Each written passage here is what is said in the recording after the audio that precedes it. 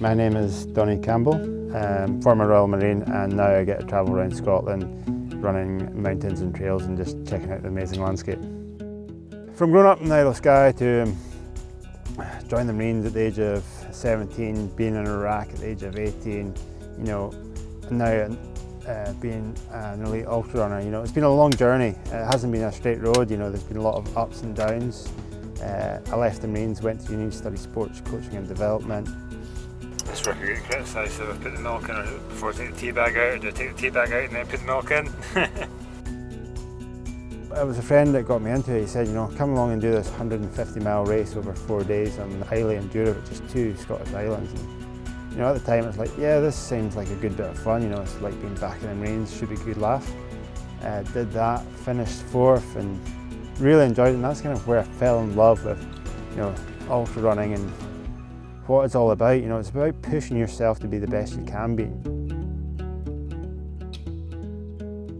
This is the food cupboard. If you're hungry, you know where to look. It's probably the most unhealthy cupboard I've got. Basically decanting the Jelly Tots into a high-tech waterproof bag. Nothing worse than soggy Jelly Tots. They just don't taste the same. Being in the Marines for 3.5 years has kind of helped me a lot when it's come to, you know, ultra running, especially in harsh conditions. You know, there's kind of a fair bit of crossover from, you know, being out in the field for 7 days, being wet, cold, being on your feet, being tired and hungry. You know, that just sounds like any other ultra marathon, really.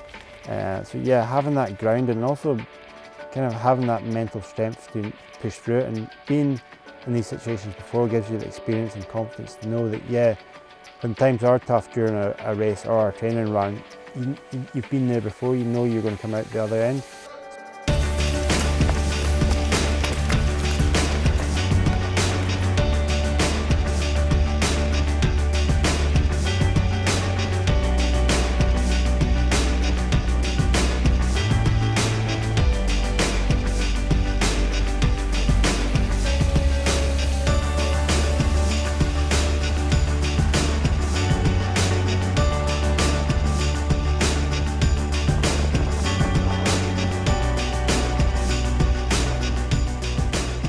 For me, I'd say running ultramarathons is a bit tougher for me personally, because I want to push myself, see how good I can possibly be, whereas in the Marines, you know, I didn't have to be at the top of my game to be a Marine, but to finish on a podium now, I have to be at the top of my game. You know, it's a very competitive sport.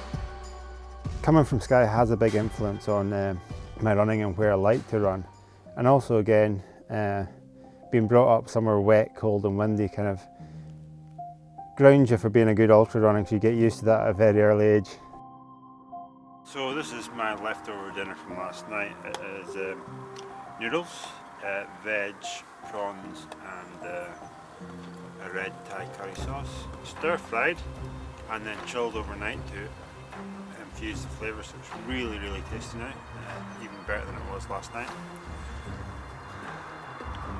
You know, what I really love about ultramarathons is, you know, it strips you down. You can't have any egos or attitudes. You know, if you haven't done the hard work in training, you know, it's going to show up in the race. You know, there's the beauty about that distance.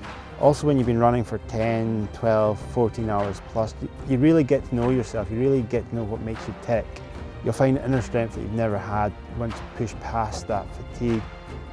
There has been times where I've been running, even in training, you know, running, and I've been really tired, and I've actually shouted at myself, and then I came around the corner and there's been a couple of walkers there just staring at me. It's been quite embarrassing, but you know, it does work. There's times where it can be very miserable. You've been on your feet for 8 hours, you're soaked to the skin, it's blowing a gale and you're wet, you're cold, your legs are white, covered in snow, and you're up on top of Monroe, and all you want to do is just get back to a nice warm house or van, and you know, that adds different challenges. It's overcoming them challenges to get a real sense of reward. These are the times I kind of remind myself, you know, this is why I chose the sport. You know, this is the difference between me and someone going to a game of football on a Saturday afternoon. This is kind of what I've chosen to do. This is what I enjoy doing. And it's kind of accepting that you are tired, you're wet and you are cold sometimes, but you know, just embracing it and trying to enjoy the experience kind of gets you through. At the end of the day, if you've ran 50 miles or 40 miles or 100 miles, you know, you feel a great sense of accomplishment, and it kind of feels nice to say, you know, I've had a good day out in the hills. The bonus, you know, about running long distance and running in the mountains and having to do that in training, it means I have to spend less time in cities and with crowds of people. You know, I don't really do well in crowds or in cities. You know, I'm a country boy at heart. I've been brought up in the Isle of Skye and I just love the countryside. Got a very competitive nature, so you know, I've always wanted to be the best I can be. And that's still my focus. I don't really worry about trying to beat other people, you know, it's always about how far I can push myself and how good I can be as an athlete. And overall, really, you know, I've got a strong Christian faith, and you know, that gives me perspective in life. You know, I really enjoy running and I love ultramarathons, but I know there's more to life than just that for me. So it takes the pressure off to a certain extent that, you know, if a race doesn't go well, or you know, I get injured and I can't run, I can deal with it a lot better, I find. I find my satisfaction in kind of gaining experiences, and I just like this simple lifestyle of, you know, taking a couple of pairs of trainers, warm clothing and a map and a compass and just heading out and just exploring. It's a great way to explore nature and enjoy it.